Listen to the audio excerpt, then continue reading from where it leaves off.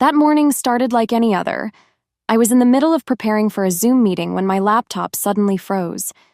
It had been acting strange for days, so I didn't think much of it. I asked Daniel if I could use his for just 30 minutes. He hesitated for a second, only a second, then nodded. "It's on the dining table," he said without looking up from his phone. I grabbed it and sat down to log in. His password was still the same. I smiled a little at that. "Still my birthday," I whispered. Silly things like that used to mean something to me. The meeting began, and I kept my camera off because I wasn't exactly dressed for the occasion. I turned down the volume a little and opened a notepad to start taking notes. That's when it happened. A soft ping from the top corner of the screen. I looked up, thinking it was just a calendar reminder or maybe some pop-up from his work. But no. The subject line read, "Rosewood Suite confirmed." I paused. Rosewood? That sounded familiar. I clicked the notification. I wish I hadn't. The email opened. A reservation confirmation from a luxury hotel not far from our house.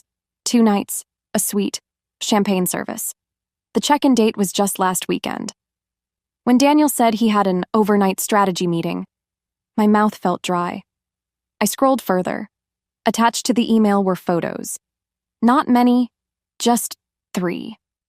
But they were enough to still my heartbeat.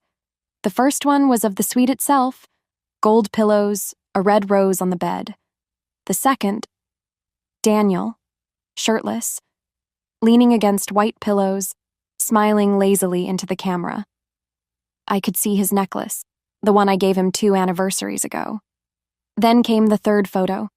My fingers trembled as I clicked on it. A woman was in the bed beside him.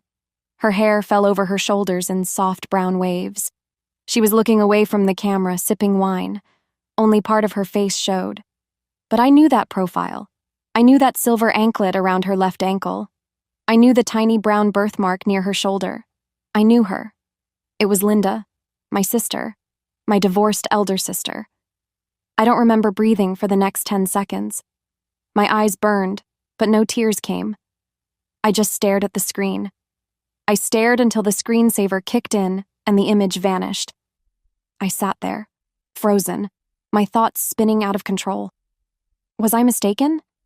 Could it be someone else? Was this some sick joke? I looked again. No mistake. It was her. The same woman who once cried in my arms when her own husband betrayed her. The same woman who had once said, "At least you got lucky with a man like Daniel." The walls around me felt like they were closing in. I ended the Zoom meeting early. I don't even remember what excuse I gave. Daniel was still in the living room, laughing over some video on his phone. I walked past him slowly, clutching his laptop like it was on fire. He looked up. "Everything okay?" I forced a smile. "Yeah, just tired." He nodded and looked back at his screen. I went into our bedroom and shut the door gently, then I locked it. Sat on the bed, placed the laptop beside me, and just stared at the floor. Everything in my chest was screaming. But outside, I was silent. My husband had booked a hotel room. He had taken photos. He had smiled. And the woman in bed beside him was my own blood. 2 weeks ago, everything still felt normal, at least on the outside. Daniel and I had fallen into a quiet rhythm. He'd been coming home later than usual, always blaming traffic or some emergency with a client. I didn't question it. I trusted him. He was my husband. We didn't have the kind of marriage where phones were checked or passwords changed, or so I thought. We weren't trying for a baby anymore. We stopped that conversation a year ago after the 3rd miscarriage. It broke something in me, and in him too, or so I believed. We talked less after that, but I always thought that was grief, not distance, not disloyalty. Linda had been calling more often lately. Since her divorce, she'd been up and down emotionally. Some days she'd sound strong and independent. Other days she'd cry over the phone and say things like, "I just don't want to grow old alone." I tried to be there for her, always. She was my big sister. I owed her that much. I even offered to let her come stay with us for a few days. You need a change of scenery, I said on one of our evening calls. Just come, sleep, eat, no stress. She paused, then asked, Are you sure Daniel won't mind? Why would he? I laughed. He likes you. I remember bringing it up to Daniel that same evening while we were brushing our teeth. I told Linda to come stay a few days, just to relax. You're okay with that, right? He spit into the sink and wiped his mouth. Actually, maybe not this week. Things are crazy with work. I'll barely be home and it'll be weird for her. I nodded. Okay, maybe next week. Looking back now, I wonder, was that his way of buying time? A few days after that, I noticed he started going out with more cologne than usual. A new one, stronger, heavier, and not his usual scent. I joked about it. Trying to impress your clients? I asked, raising my brow. He smirked. It's just a sample I got from a guy at work. Wanted to test it out. I believed him. Why wouldn't I? Daniel was the type who always ironed his shirts neatly, wore polished shoes even to the grocery store. It wasn't unusual. At least, it didn't seem unusual then. That same week, Linda told me she might not be reachable over the weekend. I just need to get away from everything, she said over the phone. Clear my head. Are you traveling? No, just switching off. No phone, no talking, just me and sleep. I told her that sounded healthy. Now I wonder, was that when they went to Rosewood? The signs had been there, little ones. Things that seemed harmless then. A receipt I found in Daniel's jeans pocket one afternoon while doing laundry. A room service bill with no name printed on it. I thought it was something he picked up off the street and stuck in his pocket by accident. I threw it away. He had become more protective of his phone, too. Not suspiciously, just subtle changes. He always used to leave it on the coffee table. Now he carried it with him everywhere, even to the bathroom. I noticed, but I said nothing. People change, habits change. But in my heart, I felt something shifting. There was also the way he started texting late into the night, screen turned away from me. When I asked who it was, he would mumble something like, just the guys from work. And I would roll over and go to sleep, pretending I didn't feel the coldness growing between us. I remember one afternoon Linda texted me, You ever wonder if you really know the people around you? I sent her a laughing emoji and replied, Deep question for a Wednesday afternoon. She didn't respond. And now, after seeing those photos, those words ring differently. Every phone call, every text, every moment of hesitation. It wasn't nothing. It was never nothing. But back then, I was still in the dark, walking through my life with my eyes open, yet seeing nothing. Linda wasn't just my sister. She was the one who taught me how to braid my hair, the one who stood up for me when I was bullied in primary school, the one who once gave me her favorite necklace and said, You wear it better. Growing up, she was bold and loud. I was quiet and careful. But we were close. Always had been. Even when she moved out and got married at 27, we never lost touch. She called often, visited when she could, and always had something dramatic to say about life, love, or men. When her marriage crumbled, I was the first person she called. She cried so hard I couldn't even understand her words. All I knew was that her husband had cheated, with someone younger, someone Linda knew. The betrayal broke her. She moved out of her house with nothing but her suitcase and her dignity, and for months, she stayed with our mother. I went there every weekend just to sit beside her. Sometimes we didn't talk. Sometimes she cried while I brushed her hair or made her tea. I listened. I comforted. I reminded her that she was still enough. Don't let this make you bitter, I told her one night. Let it make you better. She nodded through her tears and whispered, I wish I had what you and Daniel have. You're lucky. That sentence stuck with me for weeks. I believed her. I believed my life was the kind of life people envied. Daniel was kind to her. At least that's how it looked. He helped her carry groceries when she visited. He once drove across town to help her fix her car battery. He even sent her flowers on her birthday one year. Signed, "From all of us." I thought that was sweet. In fact, I used to brag about how close they were. I used to say things like, "I love that my husband and my sister are like siblings too." I used to say that. There was one Sunday, just a few months ago, when Linda came to spend the afternoon with us. She brought fried rice and mango juice, Daniel's favorite. We all sat on the balcony, laughing, talking about childhood memories. She looked relaxed, even happy. At one point, she stood up and brushed something off Daniel's shoulder. He flinched, only for a second, then smiled. I didn't think anything of it. Now, I replay that moment in my mind over and over again. Was that the beginning?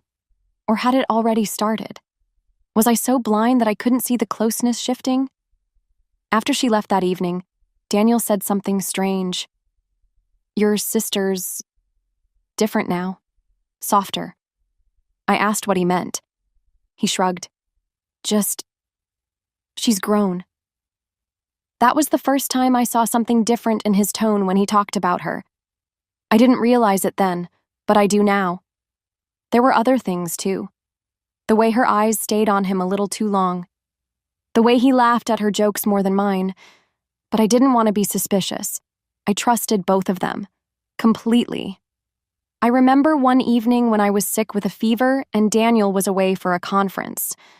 Linda called and offered to come stay the night. She didn't. She said something came up. I ended up managing alone. Now I wonder if Daniel had something to do with that. Was she with him? Did she lie while I lay there shivering under blankets? It's the kind of pain that makes your stomach twist.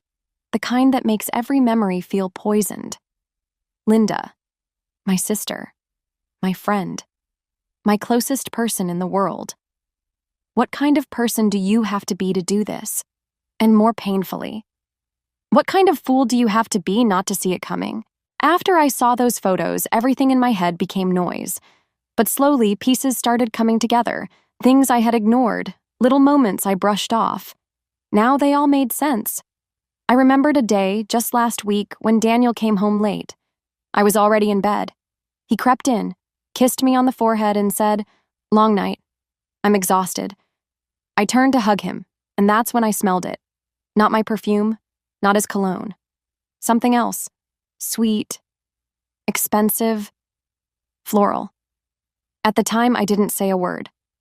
Now I know that scent. Linda wore it every time she visited. Another time, I was doing laundry, sorting clothes like I always did. I emptied the pockets of his jeans and found a folded receipt. I almost threw it away, but curiosity got the better of me. It was from a hotel, but it didn't have a name on it, just room service, suite level, and a total amount that nearly made my eyes widen. I walked into the living room and asked him, "Did you eat at a hotel recently?" He looked up and shrugged.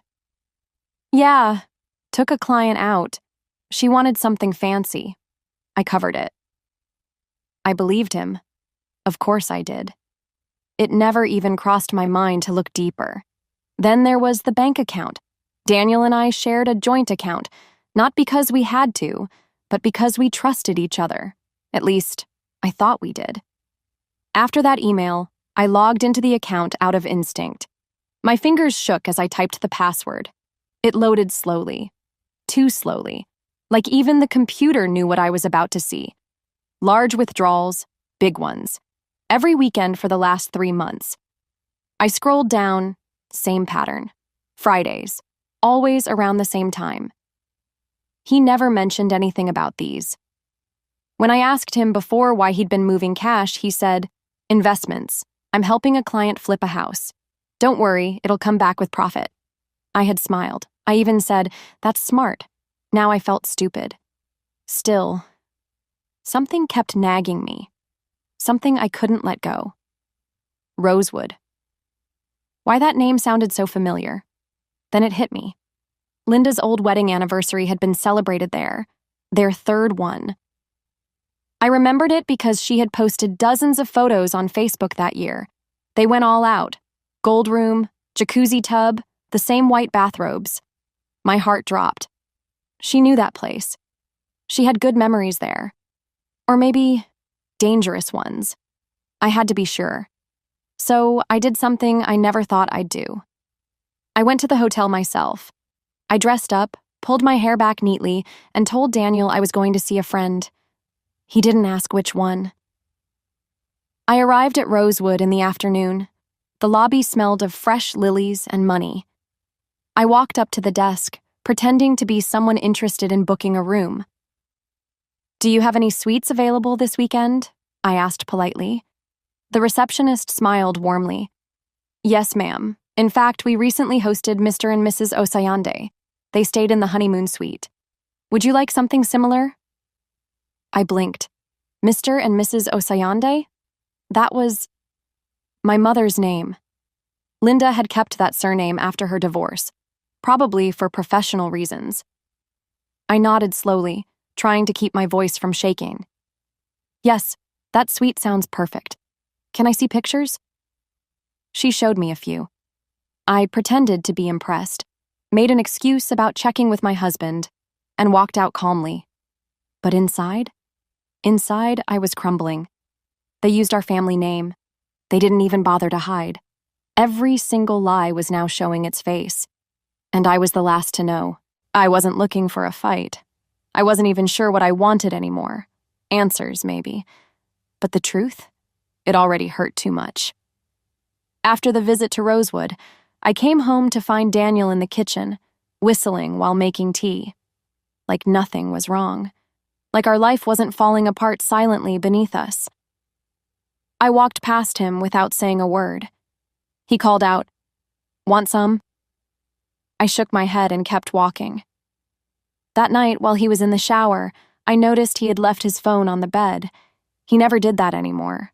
It was always either in his pocket or face down on the table. But this time, it was unlocked, a message notification glowing on the screen. I didn't plan to look, but my hands moved faster than my thoughts. The message read, "Missed you today. Counting down to the weekend." It was from a contact saved as Evelyn, work. I knew instantly. This wasn't work. I opened the thread. My heart felt like it stopped beating. There were weeks' worth of messages, voice notes, photos, plans, jokes, flirty one-liners. It was them, Daniel and Linda. Only, she wasn't saved as Linda. He had hidden her under a different name, but the profile picture gave her away. It was small, but I could see it clearly. Linda with her new short hair, smiling in a mirror selfie. I sat down slowly. My entire body went cold. One message said, "Next time, let's try the rooftop one. I want to wake up to that view again." Another, "She has no idea, right?" His reply, "Not a clue. She thinks I'm working late. Guilt's killing me, though." And then, "We're not doing anything wrong. We just found comfort. That's not a sin." Comfort? That's what they called it? I took a screenshot, then another, then all of them, and I emailed them to myself. I wasn't ready to confront them, not yet, but I knew I had to start making a plan. I couldn't just sit there and pretend. I left the room, phone in hand, and walked out to the balcony. I needed air. I needed space to think. I needed my brain to stop spinning. 10 minutes later, Daniel came out, toweling his hair. "Everything okay?" he asked. I nodded. "Yeah, just thinking." "About what?" "Nothing important." He smiled and leaned in to kiss my forehead.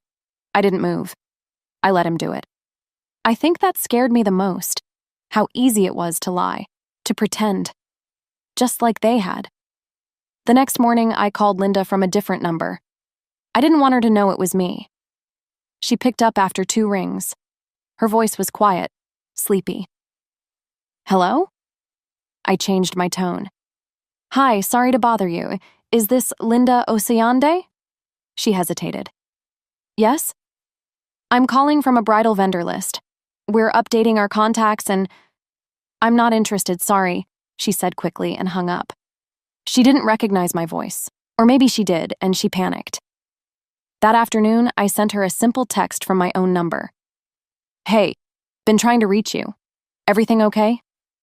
She didn't reply. Later that evening, Daniel walked in carrying 2 takeaway bags. "Surprise dinner," he said with a grin. "I thought we could eat out on the balcony." I forced a smile. "That's thoughtful." He laid out the food, poured drinks, and started talking about his day. I sat and nodded, watching him closely. He was pretending. I was pretending. 2 liars at one table. He toasted to us. I lifted my glass but didn't drink. Somewhere deep inside, I knew the time for silence was running out. After days of feeling like I was drowning in secrets, I needed comfort, and there was only one person left I could trust. I went to see my mother.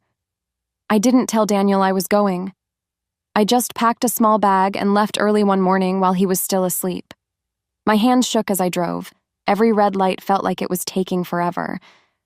By the time I reached my childhood home, I was almost gasping for air. Mama opened the door with a smile that dropped the second she saw my face. "What is it?" she asked, pulling me inside. "Who did this to you?" The tears came before I could answer. She held me tight. Her arms felt like a shield against the world. We sat on the old sofa in her sitting room, sunlight spilling through the curtains. I tried to speak, but the words wouldn't come out. All I could manage was a whisper. "It's Daniel." Her eyes hardened instantly. "What did he do?" I told her everything. The emails, the photos, the messages. I showed her the screenshots on my phone. My mother took the phone with trembling hands. Her eyes scanned the images, her lips pressed into a thin line. When she finally looked up, her voice was cold. "I knew it." My heart skipped a beat. "What do you mean you knew?" She sighed deeply, placing the phone on the coffee table. "A few weeks ago, I went to the pharmacy by the market. I saw Daniel's car parked outside. I thought it was strange because he doesn't come to this side of town often." I leaned forward, desperate. "And?" She nodded slowly. "I was about to go greet him when I saw her. Linda." She came out of the shop holding his arm. They looked comfortable. Too comfortable. She was laughing at something he said. My chest burned like it was on fire. "Why didn't you tell me?" Mama's eyes filled with tears. "Because I wasn't sure. I told myself maybe they ran into each other. Maybe they were buying something for you. I didn't want to believe it. I didn't want to tear my daughters apart over a misunderstanding." I shook my head. "It wasn't a misunderstanding." She reached for my hands. "No, it wasn't." I buried my face in her lap and sobbed. She stroked my hair just like she used to when I was little and afraid of thunderstorms. After a while, she spoke softly. "Your sister has always struggled with envy, Nina, even as a child. You were the quiet one who got attention without trying. She hated that. I tried to teach her love, but..." Her voice trailed off. I looked up. "Do you think she planned this?" She hesitated, then nodded. "I think loneliness can twist people, child. I think heartbreak made her desperate. But that doesn't excuse her. And it doesn't excuse him." Her words hurt, but they were the truth I needed to hear. We spent the afternoon talking. Mama cooked stew the way I loved, feeding me like I was still her baby. She told me stories about her own marriage, how forgiveness can heal some wounds, but others should never be ignored. Before I left, she took my face in her hands. "Listen to me. You are not weak. You are not helpless. And you don't have to pretend everything is fine." I nodded, feeling something shift inside me. As I drove back home that night, I kept replaying everything my mother said. I realized I had been living in fear of what I might lose if I confronted them. But what about what I had already lost? My peace, my trust, my sense of safety. When I parked outside our house, I saw Daniel's car already in the driveway. Lights glowed inside. The world looked the same, quiet, peaceful. But everything had changed. I took a deep breath. It was time to stop pretending. By the time I walked into our house that night, I already knew what I was going to do. I had thought about it the entire drive home, how they lied, how they played me, how they took my love for granted. I was done crying. I was done guessing. I didn't want revenge in the way people imagine it. Screaming, slapping, throwing clothes out the window. I wanted something they wouldn't see coming. I wanted truth. And I wanted both of them to face it. The next morning, I used Daniel's card, the one he used to pay for their little escapes, and booked a suite at the very same hotel. Rosewood. I picked the exact room I had seen in the photos. The honeymoon suite. I told Daniel I had planned a surprise weekend for him. Just us. I think we need it, I said, keeping my voice steady. He blinked, surprised, then smiled. You planned something? Wow. That's new. I nodded. I thought we could use some alone time. He agreed without asking a single question. Then I did the same thing with Linda. I used a different number, texting her as if I were the hotel manager, offering a complimentary spa day and dinner for one of our past guests. A lucky draw. Her name had been randomly selected. She fell for it, confirmed immediately. I arranged the times carefully, told Daniel to come at 5 p.m. and Linda at 5:30. Then I packed my things, not for the weekend. For good. That afternoon, I arrived early and set up a small hidden camera on the table, pointing at the bed. Nothing fancy. Just enough to capture reactions. I wasn't planning to post it. This wasn't about the world. It was about me. About finally seeing the truth unfold without denial, without explanation. At 5 p.m. sharp, Daniel walked in. He looked around, impressed. You really booked the honeymoon suite? I smiled. I wanted it to feel special. He set his bag down and sat on the edge of the bed. This is really nice, Nina. I didn't know you had this in you. I didn't respond. I just poured him a glass of wine. 5 minutes later, there was a knock at the door. His eyes narrowed slightly. Are we expecting someone? No, I said calmly, and walked over. When I opened the door, Linda stood there in a white blouse and jeans, holding her purse. Her smile froze the moment she saw me. She looked past me and spotted Daniel. Her face turned pale. Daniel stood up slowly. What the hell? Come in, I said softly. Neither of them moved. I stepped aside. They walked in like two children caught stealing candy. The room was silent except for the soft hum of the air conditioner. Daniel opened his mouth. Nina. Don't. I raised a hand. I don't want excuses. I don't want fake tears. Linda tried to speak, but her voice cracked. I didn't mean... You didn't mean to sleep with my husband? I turned to her. You didn't mean to lie to me for months while crying on my shoulder about your failed marriage? She looked down. Daniel stepped forward. Let's go home and talk. There's nothing left to talk about. I took out a small envelope from my bag and handed it to him. Inside were copies of the hotel receipts, screenshots of the messages, and printed photos from the email. His hands shook as he opened it. Then I turned to Linda. You once said I was lucky to have a man like Daniel, but now I know I was never lucky. I was just blind. She tried to say something, but I stopped her with one final sentence. You are not my sister anymore. And with that, I picked up my bag, walked to the door, and left them standing in the room they once used to betray me. I didn't look back. I didn't need to. I had already seen enough.